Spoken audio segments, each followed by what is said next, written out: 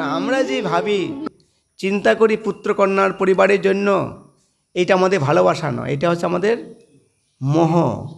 এই মোহের জন্য আমরা কষ্ট পাই, তারাও কষ্ট পায়, পায় না?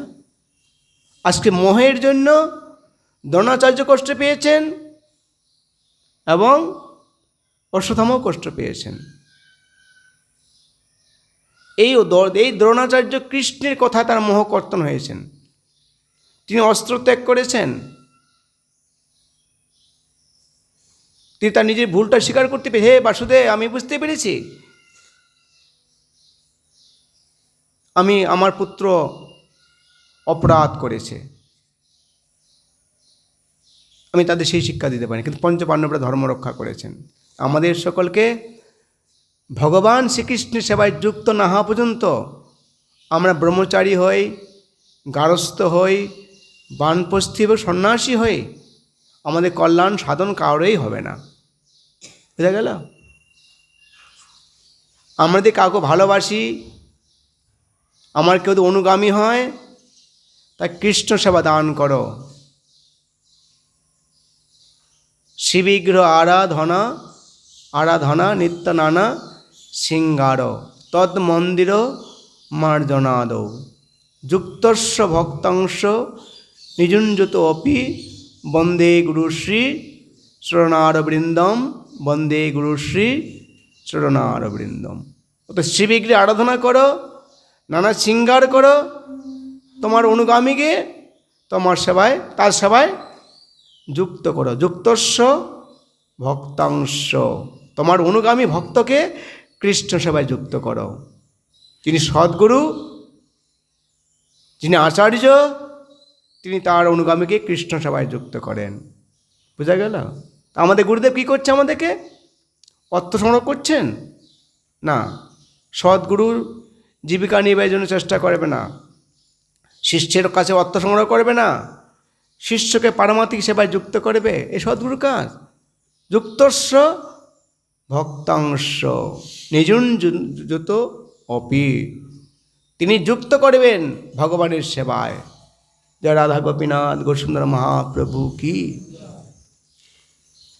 বুঝা গেল? তা না, আপনারা মনে ভাববেন যে আপনাদের অনুগামীদেরকে কৃষ্ণ সেবায় যুক্ত না করলে আমাদের কাউরে কল্যাণ সাধন হবে না। আমরা দেখতে পাই বলি মহারাজের গুরুদেব কে ছিলেন? শুক্রাচার্য। শুক্রাচার্য খুব পাওয়ারফুল গুরুদেব। তিনি মৃত মানুষকেও বাঁচাতে পারেন। মৃত্যুঞ্জয়ী মন্ত্র তার ছিল। হ্যাঁ, অসুরদেরকে দেবতারা একদম হত্যা করে ফেলেছিলেন, কেটে ফেলেছিলেন। তো উনি বললেন, দেখো, যার দেহ থেকে মস্তক ছিন্ন হয়নি তাকে বাঁচাতে পারবো আমি। কত বড় পাওয়ারফুল! দেখলেন বলি মহারাজের তার দেহ থেকে মস্তক বিচ্ছিন্ন হয়নি, যে তাকে বাঁচাতে পারবো। বুঝা গেল? বলি মহারাজকে বাঁচিয়েছিলেন সেই শুক্রাচার্য, যার জন্যে বলি মহারাজ তার প্রতি অত্যন্ত অনুগত ছিলেন। বুঝা গেল? এই পর্যায় থেকে তাকে বাঁচানো মানে কি? কে কৃতজ্ঞতা প্রকাশ করবে না? বলি মহারাজ খুব কৃতজ্ঞ ছিলেন। তার জন্য বলি মহারাজ ছিলেন অসুরদের রাজা, অসুরদের সভাপতি ছিলেন বলি মহারাজ। কিন্তু যেহেতু বলি মহারাজকে কৃষ্ণ সেবা দান করতে পারেনি শুক্রাচার্য, তার নিজের সেবায় দান করেছেন, নিজের সেবা করাইছেন। তিনি ভেবেছেন যে বলি মহারাজ যদি বিষ্ণুকে দান করে, আমি আর বলি মহারাজ সব হরণ করে নেবে, আমি কি, আমার সংসার কী করে চলবে, পুত্রকন্যা কী করে বাঁচবে? বুঝা গেল? এটি হচ্ছে কুলগুরুর কথা। কুলগুরুরও চিন্তা করে আমার শিষ্য যদি ইস্কনে যায়, তাহলে তো ইস্কনেকে দান করে আমার কিছু করবে, আমার সংসার চলবে কি করে নাকি? তারা এটা ভাবে, যাতে করে ওরা আমার ইস্কনে না যায়। শুক্রাচার্য ভেবেছিলেন যদি বলি মহারাজ যদি বিষ্ণুকে ত্রিপাদ ভূমি দান করে সর্বস্ব হরণ করবে, আমি কি করে বাঁচব? তারপরে কি করলেন? বলি মহারাজ বুদ্ধিমান ছিলেন, বিষ্ণু সম্বন্ধে তিনি জানতেন, প্রহ্লাদ মহারাজের আশীর্বাদ প্রাপ্ত হয়েছেন, তাই তিনি তার গুরুদেবের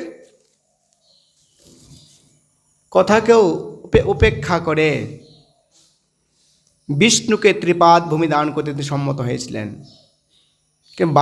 বামনদেব এ ব্রাহ্মণকে দেখে সে মোহিত হয়ে গেছে।